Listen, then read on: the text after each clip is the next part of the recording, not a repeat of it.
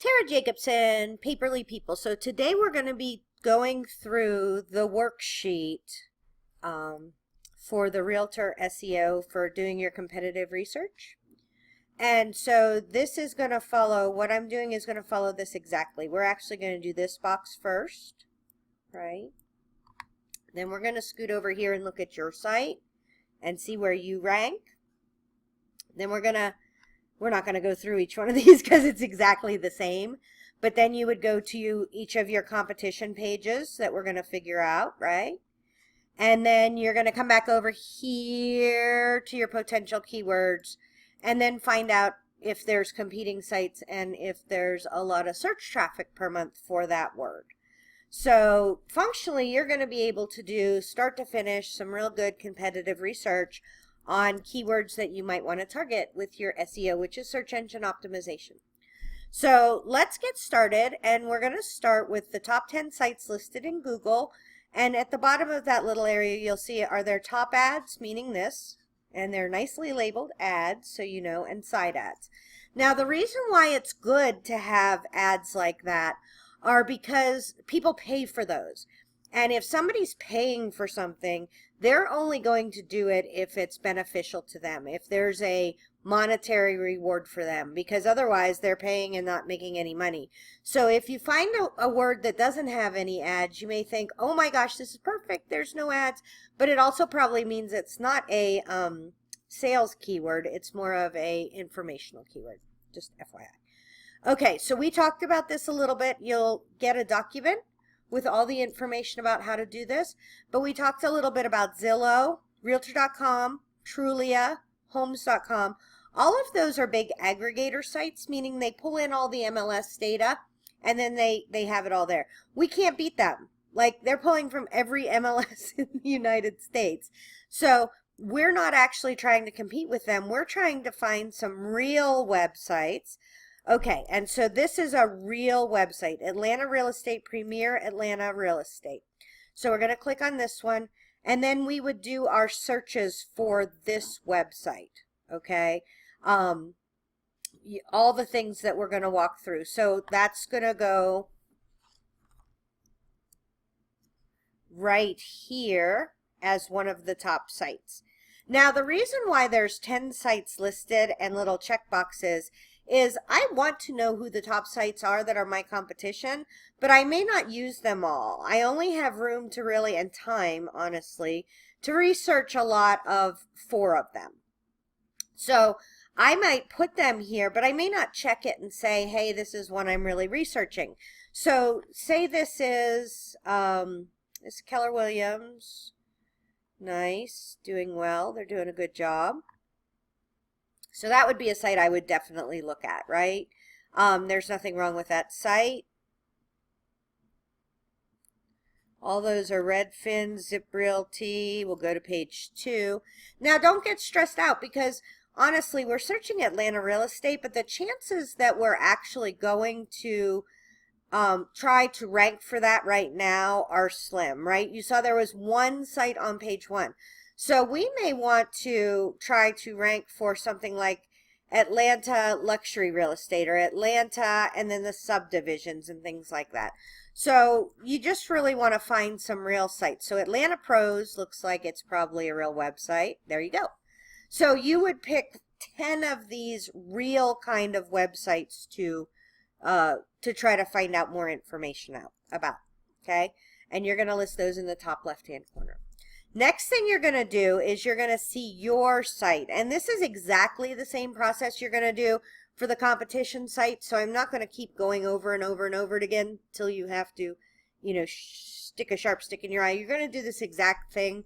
But I thought it would be really helpful to you to have just a quick list of this, really handy.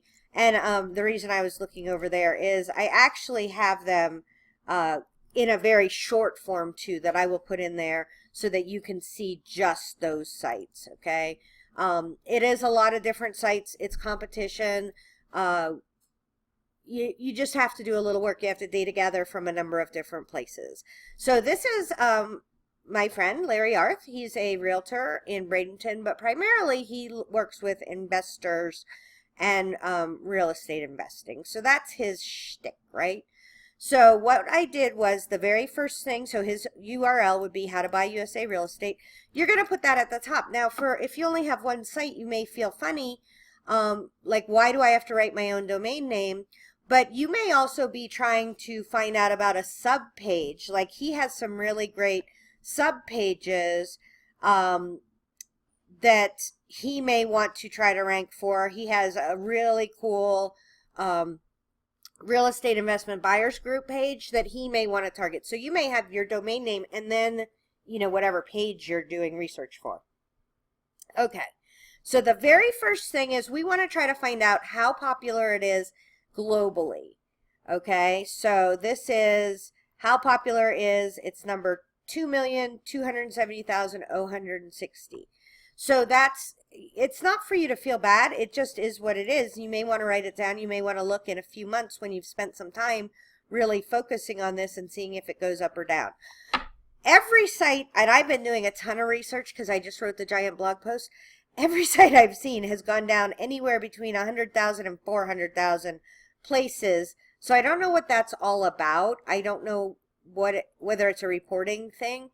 But don't be nervous about yours. Don't think, oh my God, I just went down, because literally every site I've looked at has gone down.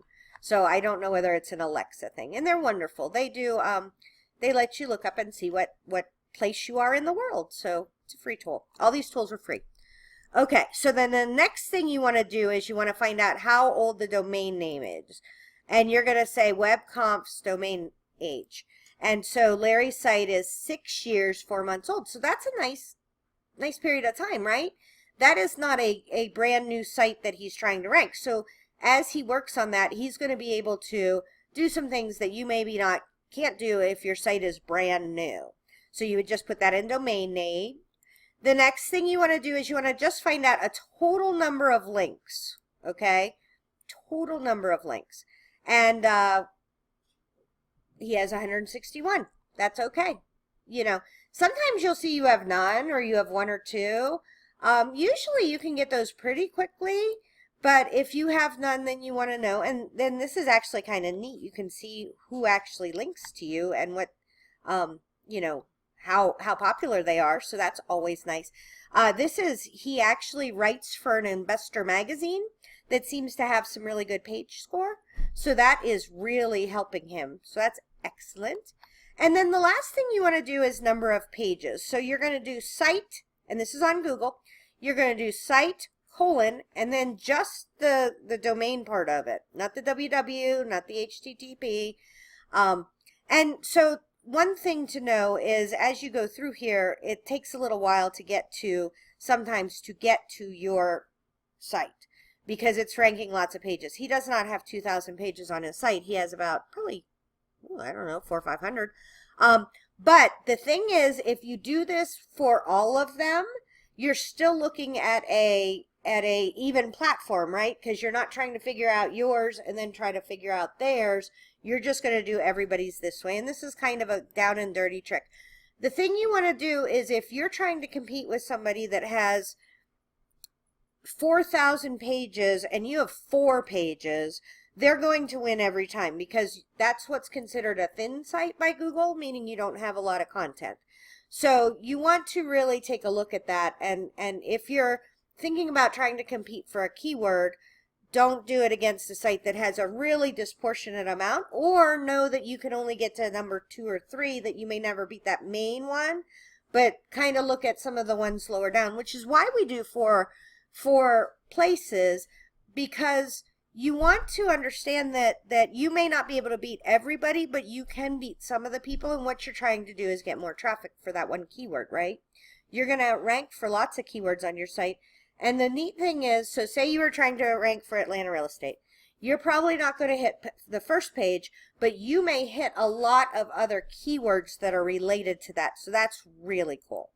So now this can be a teeny bit scary. You have to do, Google moved their search tools into the AdWords. I believe you have to put a credit card in to get in here, but they don't charge you anything for it. And if you don't make any campaigns, which you're not going to be making any campaigns, you won't get charged for anything. So this first time, What we're going to do is we're going to go find out what keywords Google thinks that the site is about. And we're going to look at the top 6, okay? And so the way we'll do this is we'll take Larry's, and this is for your site. You'll do it for all the other sites too, remember? Okay, so you're going to say search for new keywords, and you're going to say your landing page. So you're just going to put that right in there, your landing page, and you're going to say get ideas. And then it goes to this ad group idea. You don't want to do that. You want to do keyword ideas. So, excellent for Larry. So Google thinks it's about real estate investing, okay? Investing in real estate, investment property loans, that's a little different. Invest in real estate investments. So it's a very targeted site, and so you would just write those down as keywords. Now the cool thing happens when you start doing other sites. Okay, so let's do this, guys. These guys. Atlanta Pros team. Good job. You're ranking well. Okay, so we're going to come back in here. We're going to put this up in here. And we're going to find out what the Atlanta Pros team site is about. Okay. Homes for sale in Atlanta. So you would put that in your first. You would put that right here. Competitive URL, Atlanta Pros, whatever it is. You would do this other research for them. But then you would put that term, homes for sale in Atlanta, right there. Now, if you find that it's the same terms over and over and you're looking for some different stuff, you may want to come down here a little bit further because they're doing really good. So maybe Alfreda Homes for Sale or Bend, Oregon Real Estate, really? Okay, that doesn't seem to match, but we can live with that. Homes for Sale in Roswell, Georgia. So the one thing you want to remember is when you're doing your realtor research is if you're trying to rank for Denver, you're probably going to have a pretty hard time, Denver real estate. If you're trying to rank for Westminster real estate, which is my town I live in, that's a suburb of Denver, you're going to have a little bit easier time. If you try to rank for Stratford Lakes, Westminster, Colorado, you can probably get on the first page of Google with a relatively a little bit of ease, and that way you're able to start. So if you did 5 subdivisions in Westminster, you could easily start ranking for Westminster, Colorado real estate just because you've accumulated those. So it just depends on where you're ready to start. If you have a little bit of, you know, a little bit of age on your home and things like that, on your site, you're going to be able to start a little bit further out than somebody that just has a brand new site. Okay, so the next thing you want to do, you get all of those keywords. And then what you're going to do is you're going to come back and you're going to pick out a few potential keywords that you may want to try to rank for. And I like to pick 5 of them that I'm going to try to rank for. So you're going to put those in there. And then you're just going to do a real brief search to see what the 2 things are. So one is going to be the number of competing sites. So look, if we were looking for Atlanta turnkey properties, if that was one of the ones that we were looking at, we would see that there are only, would you go back in, please? Okay, let's do the search, make it go back in. 267 results. Now there's no reason you couldn't rank for that relatively easily on the first page. It's just a longer, it's called longer tail keyword. Atlanta is a keyword. Nobody's trying to rank for Atlanta because it's not relevant, right? Atlanta real estate is a little bit longer keyword phrase, and it's still very, very, very competitive, right? But Atlanta turnkey properties, which is a site, is a keyword phrase that you would use for his particular real estate investing. That's a really good one. Okay.